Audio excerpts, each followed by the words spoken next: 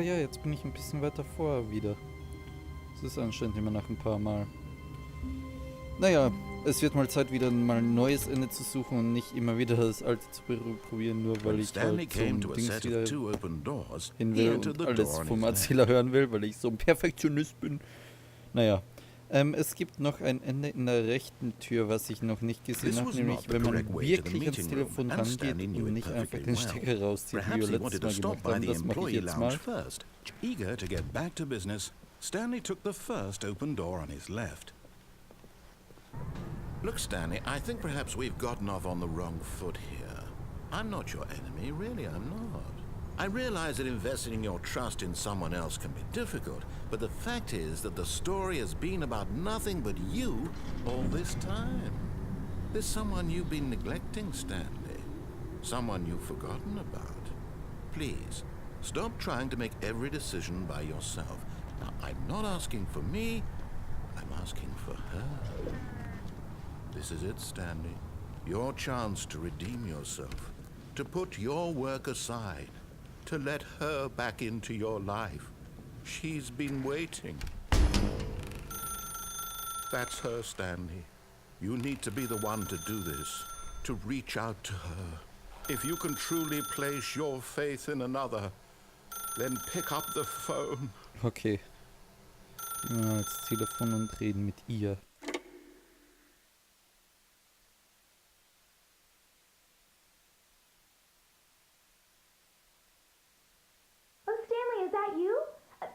Sweetie, sorry to keep you waiting. I'm just pulling the bread out of the oven. All right. Okay, there we go. All right, now, I want you to come in and tell me all about your day. Gotcha. Oh, come on. Did you actually think you had a loving wife who'd want to commit their life to you? I'm trying to make a point here, Stanley. I'm trying to get you to see something. Come inside. Let me show you what's really going on here.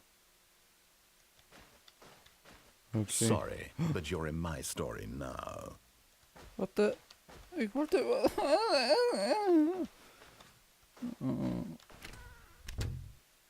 This is a very sad story about the death of a man named Stanley. Was? Drücke 9 auf deine Tastatur. Stanley is quite a boring fellow. He has a job that demands nothing of him, and every button that he pushes is a reminder of the inconsequential nature of his existence. Set. Look at him there, pushing buttons, doing exactly what he's told to do. Now he's pushing a button. Now he's eating lunch. Now he's going home. Now he's coming back to work. One might even feel sorry for him, except that he's chosen this life. But in his mind, he can go on fantastic adventures. From behind his desk, Stanley dreamed of wild expeditions into the unknown, fantastic discoveries of new lands. It was wonderful, and each day that he returned to work was a reminder that none of it would ever happen to him. Drücke kaum fernzusehen. And so he began to fantasize about his own job. First, he imagined that one day while at work, he stepped up from his desk to realize that all of his co-workers, his boss, everyone in the building had suddenly vanished off the face of the earth. The thought excited him terribly. So he went further. He imagined that he came to 2 open doors and that he could go through either. At last, choice. It barely even mattered what lay behind each door. The mere thought that his decisions would mean something was almost too wonderful to behold. As he wandered through this fantasy world, he began to fill it with many possible paths and destinations. Down one path lay an enormous round room with monitors and mind controls. And down another was a yellow line that weaved in many directions. And down another was a game with a baby. And he called it the Stanley Parable. It was such a wonderful fantasy, and so in his head he relived it again, and then again, and again, over and over, wishing beyond hope that it would never end, that he might always feel this free. Surely there's an answer down some new path, mustn't there be? Perhaps if he played just one more time. But there is no answer. How could there possibly be? In reality, all he's doing is pushing the same buttons he always has. Nothing has changed. The longer he spends here, the more invested he gets, the more he forgets which life is the real one.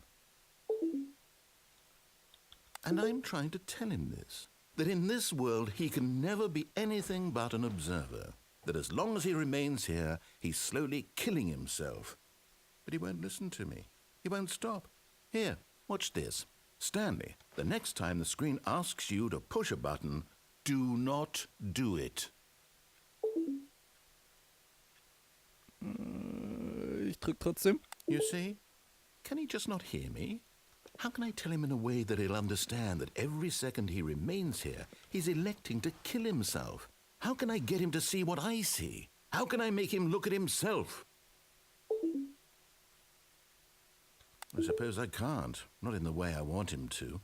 But I don't make the rules. I simply play to my intended purpose, the same as Stanley. We're not so different, I suppose. I'll try once more to convey all this to him. I'm compelled to. I must. Perhaps, well, maybe this time he'll see.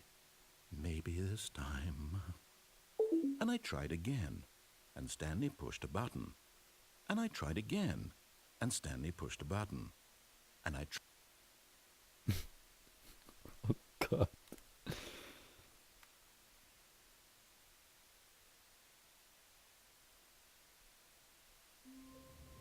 Okay, da hat es mir mit unserem Kopf gespielt, als mit visuellen Effekten diesmal, aber ach Gott. Alleine wenn in einem Videospiel jemand einen bittet, sich umzubringen. Ach. Ah, vielleicht geht sich in dem Part mal noch ein Ende aus, ich weiß es nicht, mal schauen.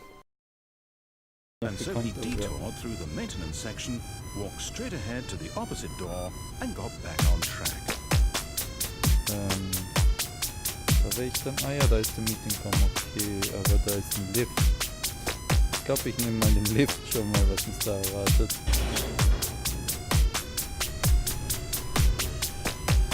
Moment. Dieses Zeichen an der Wand, die kannte ich. Ich hoffe, wir kommen jetzt nicht dahin irgendwie oder so. But Stanley didn't want to go back to the